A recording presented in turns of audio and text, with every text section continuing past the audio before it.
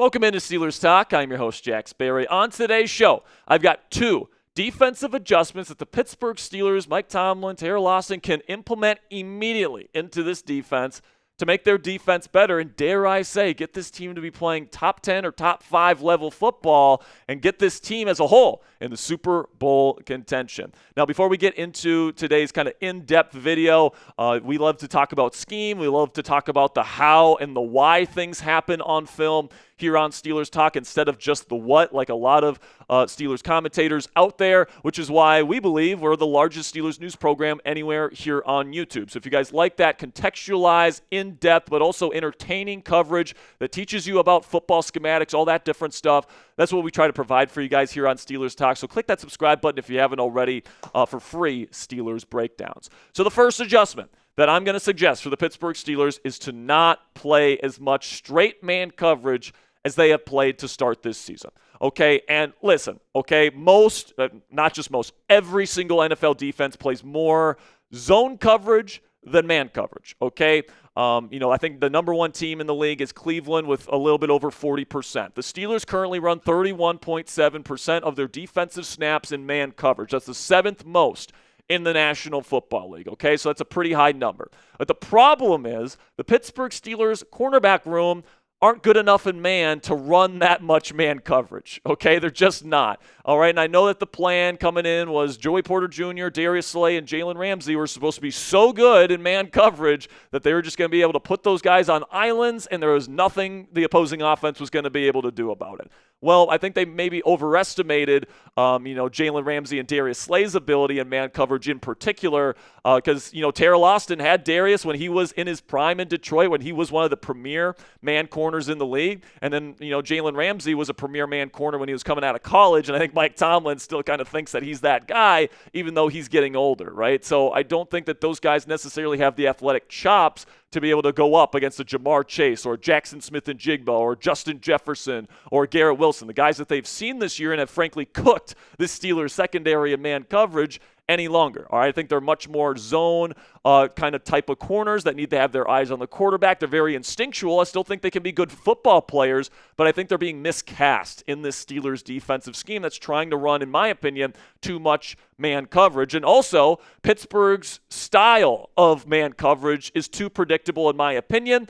And whenever you are too predictable, opposing offenses can take advantage of that with scheme in preparation and in their game plan. And we certainly saw that with as many rub concepts as we saw from the Cincinnati Bengals on the film last Thursday night. And the reason why, they're predictable is because they run one specific coverage when they're playing man almost 80% of the time. And that coverage is cover one free, otherwise known as man-free coverage, okay? And what it is you've got one high safety, and he's playing, the deep post in a zone there. But then you got island one-on-one coverage across the board everywhere else, and you're sending 5 different defensive linemen, or you can send a linebacker or a DB. There's a 5-man pressure look, and then everybody else is in man coverage, okay? And the Steelers run this more than any other coverage in their playbook, all right? And this was the coverage that the Steelers kind of envisioned to be their identity as a defense this year. And as you guys can see on the screen there, some of the weaknesses. All right, does this sound familiar? Pick routes, breaking routes over the middle of the field, crossing routes, the stuff that this team has been absolutely destroyed on all season long. Play action passes. All right, some of these play action deep shots that have worked against the Pittsburgh Steelers this year. There's not a ton of underneath help either. So what does that say? Jamar Chase with all the underneath routes. If you play this coverage too much, people are going to know it's coming and they can tailor their game plan to attack it, especially if you have guys playing this coverage like Jalen Ramsey and Darius Slay who can't keep up with the premier corners or the wide receivers in this league like Jamar Chase and JSN and Justin Jefferson. All right, it's going to get toasted very, very frequently, and that's what we've been seeing from the Pittsburgh Steelers defense this year. And if QBs know what's coming, guys, they can get the ball out faster. And we certainly saw that from Joe Flacco. I mean, he had one of the fastest average time to throws in his entire NFL playing career in that football game against the Pittsburgh Steelers because he was like, oh, I see they're in man-free coverage pre-snap. It's a static coverage. So he's like, oh, I know exactly what's coming. This is man-free. All right, I'm going to find Jamar Chase, and he's going to cook Darius Slay immediately. All right, like that it is just so easy for Flacco to take the snap, 1, 2, 3, get to the top of his drop, and then throw a quick pass to Jamar Chase. It was just too easy. And, there was just nothing that Jamar Chase or that Jalen Ramsey or Darius Slay were capable of doing. Now, the fix for this issue for the Pittsburgh Steelers is to not play this coverage as often, all right? Maybe not at all. I don't think that it benefits the Pittsburgh Steelers to play man-free because they don't have the corners to survive in one-on-one coverage, especially against most teams, and most teams have at least one very good man-to-man separator.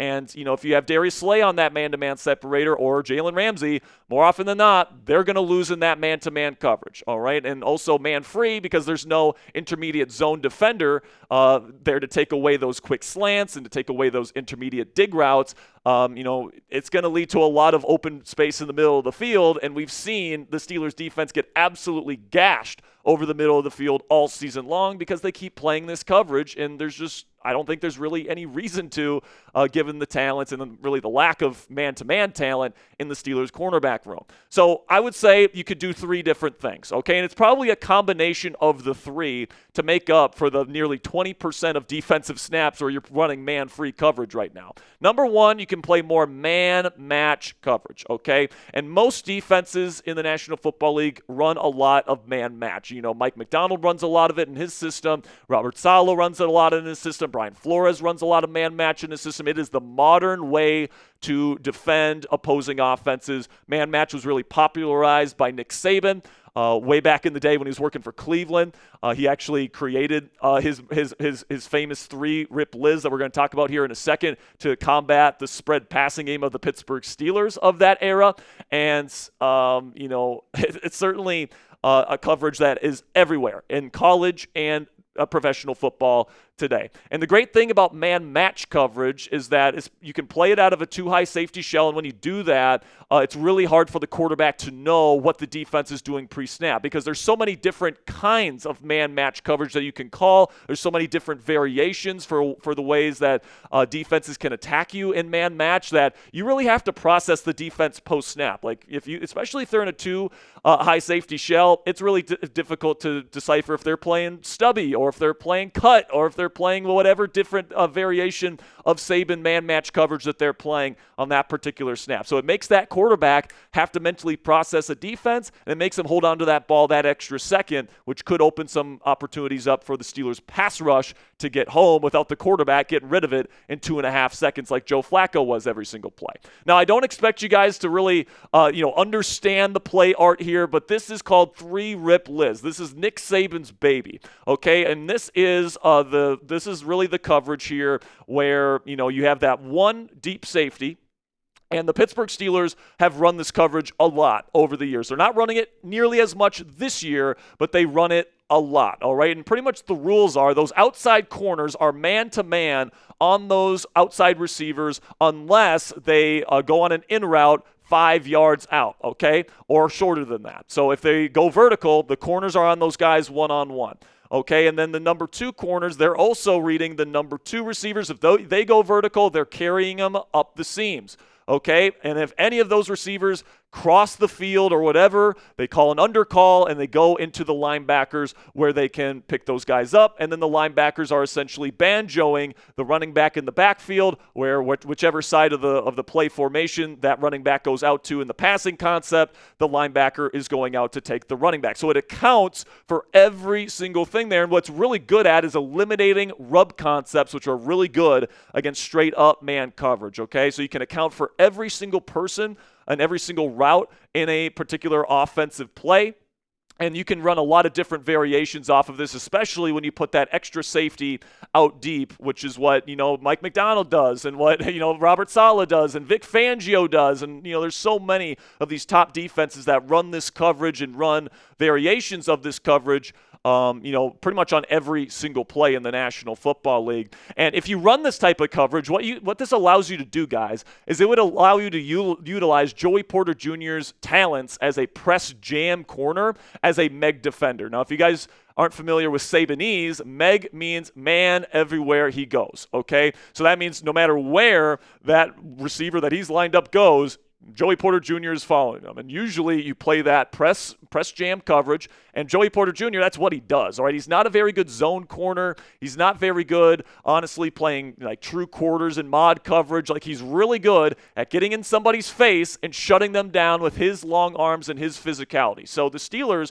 can certainly, go into that strength of his. And whether you're running stubby, where you're running the triangle coverage to the number 2 and the number 3 on a trips formation, and Joey Porter Jr. can lock down the number 1 receiver on the outside, whether that's, he goes into the slot and he locks up someone in Meg from the slot, whether that's, he's one-on-one in a trips formation to the single receiver side and he's just taking the number 1 receiver on the outside, you can utilize Joey Porter Jr.'s skill set in press jam coverage by making him a Meg defender in these man-match looks. Now, I know I just threw a lot of terminology at you guys. I'm sure, there's certain things that you're confused about, stuff like that. Just know that man-match coverage allows you to use the strengths of Darius Slay, Jalen Ramsey as zone players that can have their eyes on the quarterback while also using Joey Porter Jr.'s strength as a press jam corner in these types of coverages. So I think that this is something the Steelers should play more of because I think it accentuates the strengths of all of their cornerbacks and can be tailored to the needs of the strengths and weaknesses of the players in the Steelers secondary. So if you guys want a deeper dive into Sabanese and Saban match concepts in the future, make sure you guys click that thumbs up icon, all right? Today we kind of just had the crash course because we got other stuff that we want to talk about on today's show. But if you guys want a dedicated video talking about cut and smash and all these different calls that Saban has and all the different variations of man-match coverage, talk about palms, talk about quarters, talk about all the different ways that you can run man-match. We can do a full video on that, but you got to like this video to let me know that you want it. Now, before we get to the rest of today's show, guys, let's have a quick word from our sponsor today at Omaha Steaks. And Omaha Steaks is the official sponsor of tailgating. From legendary burgers to mouth-watering steaks, deli-style franks, and so much more, you'll elevate your next game day get-together with America's original butcher. And now with this exclusive offer, you can get $35 off at omahasteaks.com with promo code STEELERS at checkout. Terms apply. See site for details. But Omaha Steaks, guys, it has been America's original butcher since 1917. Every single steak is perfectly aged to maximize tenderness and hand-cut by master butchers in America's heartland. Grass-fed, grain-finished beef has more marbling for exceptional flavor and is the choice of steakhouses and professional chefs around the world. Omaha Steaks offers unrivaled quality and variety, and every bite is backed by their 100% guarantee. They also carry mouth-watering burgers, chicken, pork, and seafood. Plus, if you want to get some desserts, they also have some delectable desserts for you to choose from on their website as well. And the reason why I love Omaha Steaks, guys, is because I can get their steaks in bulk. And you guys can save a lot of money by buying these steaks in bulk. And every single piece of meat is absolutely the highest quality. And, it's absolutely fantastic stuff. They also have very fast delivery times, all this different stuff. They're just a fantastic butcher to work with. So if you're tired of having to get steaks every single week and you want to, get an assortment of different things, and it doesn't just have to be steaks, guys. You can get burgers for your cookout. You can get hot dogs. You can get chicken. You can get pork. You can get chicken wings for your game day watch party or whatever when you join us on the Steelers Talk watch party. Whatever you love in terms of the meat that you choose from, make game day delicious with the official sponsor of tailgating with our friends at Omaha Steaks today. That's, visit omahasteaks.com and get $35 off with promo code STEELERS at checkout. That's omahasteaks.com and promo code STEELERS at checkout. Terms apply. See site for details. And a big thank you to Omaha Steaks for sponsoring today's edition of Steelers Talk. All right, so now another way that I think that the Steelers should address this issue with them playing too much straight-up man coverage is that they should play more zone. And I'm sure there's a lot of people in this chat room saying, but Jack, I've been told by Steelers Twitter that they just do spot drop static zone all the time. That's all they do in this defense. Well, that's just, that's a little bit of a BS narrative. If you watch the film, you guys can see that when they do play a zone coverage, a majority of the time they are doing a post-snap rotation, just like the other defenses in the National Football League. If you just sit in static zone coverages all day, guys, you're going to get absolutely destroyed. Now, you might be saying, but Jack, the defense has been destroyed, and that's true, but the Steelers are actually pretty well known for their creative zone looks where they'll go to non-traditional Tampa or the kind of these creative types of post-snap rotations and pre-snap disguises, especially out of single high safety looks. There's a lot of different things that they do. They love that cover 3 buzz look that is completely taking over the National Football League. right now, where you start with 2 high safeties and you bring down a safety into the hook curl. They love playing that form of zone. And, frankly, guys, like we talked about, Darius Slay and Jalen Ramsey are better suited with their eyes on the quarterback, where they can kind of read, a route concept. They have their eyes on both the receiver and the quarterback, and they can kind of read things out, anticipate, and then be able to go and try and break things up in that way. All right, they're older players that aren't in their athletic primes anymore, and I think that is the benefit of having veteran corners, is that they're not the most spry athletically, but they're really smart, they're very instinctual, and they're very physical. And Darius Slay and Jalen Ramsey can still play that caliber of ball. Darius Slay won a Super Bowl last year playing in a man-match heavy system with Vic Fangio in Philly. All right, Jalen Ramsey won a Super Bowl in LA playing a man-match heavy system with Sean McVay, Raheem Morris, and the Los Angeles Rams. All right, like these guys have played this kind of system a lot, and if the Steelers can do a good job mixing up man-match with zone coverages, true zone coverages, and maybe even split the field, play man-match to one side, and then play zone to the other side, start confusing these quarterbacks and force them to hold on to the ball a little bit longer, that is something that can absolutely benefit this Pittsburgh Steelers defense and make it way better and way less predictable than it is right now. But I want to make sure I make this point abundantly clear. You do not run a lot of zone from static formations, all right? I'm not saying that the Steelers should run more like zone coverages where they go out in a clear cover 3 pre-snap alignment and then they just play cover 3 every play. I'm not saying that they go out in a clear Tampa 2 look every single play and run Tampa 2. No, you got to do these post-snap rotations, the pre-snap disguises, and as I mentioned, Mike Tomlin and Teryl Austin actually do those things already, okay? So, I think that playing more of that is going to help out your defense. And then the final thing that you can do to eliminate the issues that man-free is creating for this defense is you just play regular cover 1. When you play true man coverage, just play regular cover 1 with the deep post safety, but then you have an intermediate zone defender to take away, the quick slants and the intermediate digs and all these different things that you see from these teams that are absolutely killing this Steelers defense right now. And, those intermediate zone defenders can go a long way, right? If you can play outside leverage a little bit better in that regard, because you're not worried about them going over the middle of the field, because, Jalen Ramsey, if he's from the slot and he's playing outside leverage and man coverage versus somebody, he knows that he's going to have Patrick Queen or Deshaun Elliott buzzing down into a robber look to take away those intermediate middle types of routes, all right? So that intermediate middle zone defender can go a very long way to helping out the Steelers in man coverage when they do want to deploy those man coverage looks. And by the way, if you do that, you have to play with 4 rushers instead of 5, and that kind of takes me to my next point. That's the second adjustment that I would make if I'm the Pittsburgh Steelers, is to not blitz as much. Now, you might be saying at home, but Jack, the pass rush isn't getting home enough when they do blitz. You're telling me we should blitz less? Isn't that going to make us less effective as a pass rush? Well, kind of stick with me here, guys, all right? So we'll start with how much the Steelers are blitzing right now. And they're top 5 in the NFL right now in blitz rate, with a 34.1% blitz rate on the year thus far. That's from Sharp Analytics, okay? And what they're doing with a majority of those blitzes is that they're not like 6 or 7 man blitzes. They're not running a lot of cover 0 or anything like that. What they're doing is those man-free blitzes where you're just rushing 5, and it's not working because the ball is getting out extremely quickly because the corners can't hold up in man coverage. And the name of the game for the Pittsburgh Steelers, in my opinion, guys, is you got to find ways to hold up in coverage long enough for your pass rush to be able to get home. You have to give TJ Watt, Nick Herbig, Cam Hayward time to get home. I mean, there's a number of examples in just the Bengals game alone where Cam Hayward immediately beat his guy off the line, and he was on his way to go tackle the quarterback, but Flacco has the ball out in 2 seconds. He has no time to bring him to the ground. All right, so this team in this front 4, super talented group, all right, one of the highest paid groups in the National Football League, all right? You have one of the highest paid edge rushers in the league in TJ Watt, all right? It's just the defense isn't forcing the quarterbacks to hold the ball for longer. The quarterbacks know what's coming. They know that man coverage, specifically man-free coverage, is coming.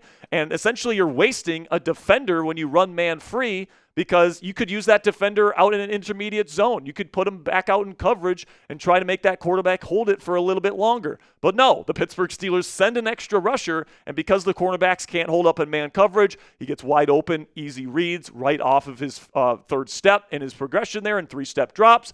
and, the ball's out quickly and the pass rush has no shot. And I think the evidence for this, guys, is just take a look at the average time to throws of the quarterbacks that the Steelers have gone up against this year. Now, Justin Fields holds the ball forever against everybody, okay? So that's 3.5 seconds. That's a long time on average there, but Justin Fields holds the ball for everybody. But then everybody else, there's not a single quarterback that held the ball on average for more than 2.71 seconds, all right? And that was Sam Darnold in week 2. And then Joe Flacco this past week, on average, got the ball out in less than 2.5 seconds, all right? That's just not enough time for this pass rush to get home, and something needs to change in order for these quarterbacks to hold the ball for a little bit longer and present more opportunities for the Steelers pass rush to get home. And my whole thing here, guys, and one of my big themes of this show, as evidenced by our first adjustment that we suggested, is that you should put more bodies and more body resources into pass coverage, okay? Like the more bodies that are out there in coverage, that's going to close up windows, that's going to provide more opportunities for this secondary to make plays.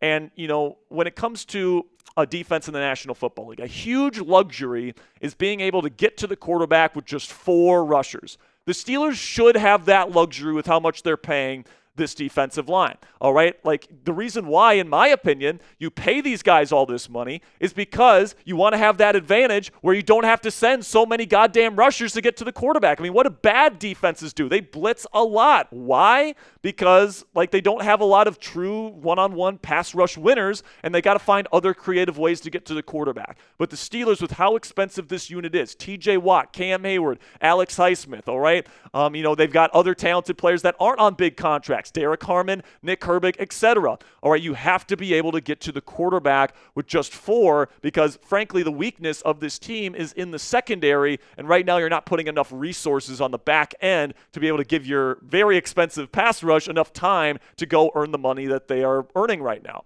But at the end of the day, guys, Pittsburgh, I believe, certainly has the talent to make this defense one of the best in the league, all right? I really do believe that. The only question on my mind is, will the Pittsburgh Steelers and the coaching staff, in particular Mike Tomlin, Teryl Austin, adjust their weekly game plans to go away from this man-free, very, very heavy man coverage style of offense and go to something a little bit more suited to the strengths of their players. Because if they don't, it's going to be Jamar Chase all over again, where, the offense knows exactly what they're doing, and they're going to have a plan to attack that every single week. The Pittsburgh Steelers need to do a better job mixing up their looks, doing things where, the quarterback needs to process the defense post-snap instead of, knowing what they're going to run pre-snap and then just confirm it post-snap. Like, that's just too easy for opposing quarterbacks, guys. So Mike Tomlin, Teryl Austin, they need to find a way to make this defense better and get this team playing well. And if they don't fix it, frankly, Tomlin should be traded at the end of the year.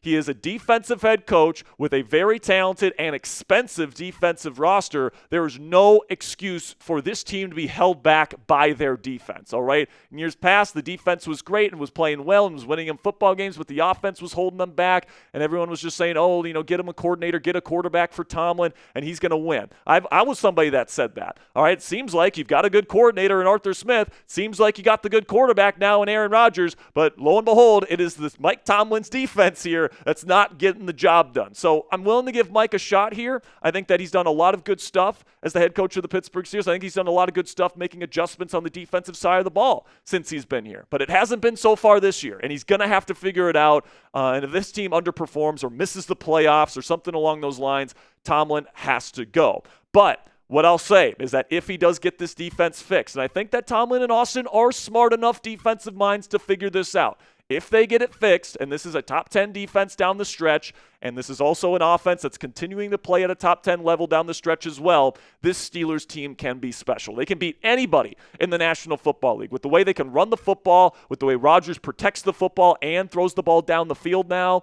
And if you can add a dynamic defense with a great pass rush and, a defensive scheme that has quarterbacks holding the ball for a little bit longer, creating opportunities for TJ Watt and Alex Highsmith and Cam Hayward to actually get home and earn their money, I think the Steelers team can absolutely go on a run to win a Super Bowl this year. I'm not afraid to say that. It's a very veteran group. They're not going to be afraid of that big moment. You just got to find that winning formula, and you got to put the puzzle pieces together to make this thing a beautiful picture here in Pittsburgh. I guess we'll see if Mike Tomlin and Teryl Austin figure it out in the weeks to come. So predict it for me down there in the comment section. Will Pittsburgh get it figured out on defense this year? Will they eventually get there? Give me a yes or a no down there in the comment section. I think that they could.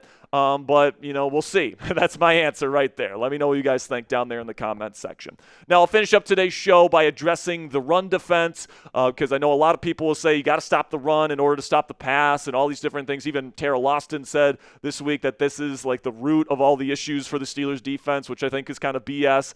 But when it comes to the run defense, guys, I think it's more about execution than it is about scheme. Today was about the adjustments that I would make to the Steelers scheme to make them better. And honestly, I don't think that there's anything necessarily scheme-wise that they need to do to make this run defense better. This one's more on the players, in my opinion, guys, because the way that I describe it is that this defense has too many heroes on it, all right? Like Chuck Clark jumping out of his run fit to try and get a TFL and then gives up a huge gain to Chase Brown. Patrick Queen not being in the right run fit. Peyton Wilson not being in the right run fit. Deshaun Elliott being out of position more times than I would have liked last week. There's just too many people that are abandoning their run fit responsibilities to try and make a big negative play in a TFL when at the end of the day, man, you just got to do your job. And that has to be the message in the Steelers building this week. And based on everything that I'm hearing from Teryl Austin, from Mike Tomlin, from Cam Hayward, especially Cam on his podcast this week, he was preaching, just do your job, all right? And a veteran leader like that, having that message tells me that Mike Tomlin and Teryl Austin are also having that message right now. So I'm hoping that this run defense can get back to playing the way that it was the 3 weeks prior and the 3 games prior to that Thursday night football matchup. People forget because they gave up so many yards to the Bengals that those 3 games prior, they were one of the best run defenses in the National Football League. They were number 1 in the league in EPA per rush allowed. All right, they were 3rd in the average of yards that they were giving up per rush attempt. All right, they were top 10 in success rate as well. So this is a group, especially since Derek Harmon's been injected into this run defense in week 3, that was playing really well. And obviously they took a step back and they reverted versus the Bengals. Hopefully we can chalk that up to just a Thursday night kind of, fluke game in that regard, and they were just playing undisciplined. I'm hoping moving forward that's not the case, and with as much focus that apparently Mike Tomlin and Cam Hayward are bringing to the table here this week, I have a good feeling that this run defense is going to bounce back in a major way in the weeks to come. And while we're at it here, we're already here long enough. It's already a beast of a video. Let's make 2 personnel changes that I would make if I were the Steelers coaching staff. The first one is to make Nick Herbig a full-time starter. And, that's not to bench TJ Watt and Alex Highsmith. I want a 3-way rotation between these 3 gentlemen. And the reason why I want that is because they're all worthy of it, first of all. And second of all, keep these guys fresh as the season goes on. Reduce the chances of injury as the season goes on. And I understand you're paying TJ and Alex a lot more money than Herbig is right now, but the whole name of the game is for these guys to be fresh come playoff time. And I think that as long as all 3 of these guys are healthy, which who knows, one of these guys might get hurt in the weeks to come, and you don't have this luxury anymore, you got to save the bullets, man. You got to save the bullets while you can. And I think the best way to do that is try and get a true rotation between these 3, give them pretty equal snaps as the game goes on. And I think that's probably the best way to approach this year, to try and keep these guys fresh as the season progresses. Then the final change that I would make here to the personnel is I would bench Chuck Clark and I'd play Juan Thornhill. All right, especially if you want to play like these, like cover 3 Rip Liz. If you want to play that kind of Saban concept, you need a middle of the field safety that's willing to be aggressive and jump some of these routes and do all these things. And Juan Thornhill has by far been the better deep safety this year compared to Chuck Clark, who has lost his legs. Thornhill can still run. He's very aggressive. He's a hard hitter. I think he's had a better season than Clark. And then also try and implement Jabril Peppers a little bit more into this defense as well. He's a good player, good tackler, good run defender. And there's been 2 out of 4 games at this point where he hasn't gotten a single defensive snap. So he's got to play more as well. But I would start Juan Thornhill at free safety over Chuck Clark. All right, that's going to be it for today's show, guys. But I know it was a little bit of a longer one. We went really in depth, all that stuff. But if you made it to the end of today's show, that makes you a real one. We want to show you some love down there in the comment section if you made it to the end of today's show. So make sure you guys type those real ones in all caps down there in the comment section, and that'll do it for today's edition of Steelers Talk by Chat Sports. We will have another video for you guys coming up here soon. And until next time, guys, here we go, Steelers.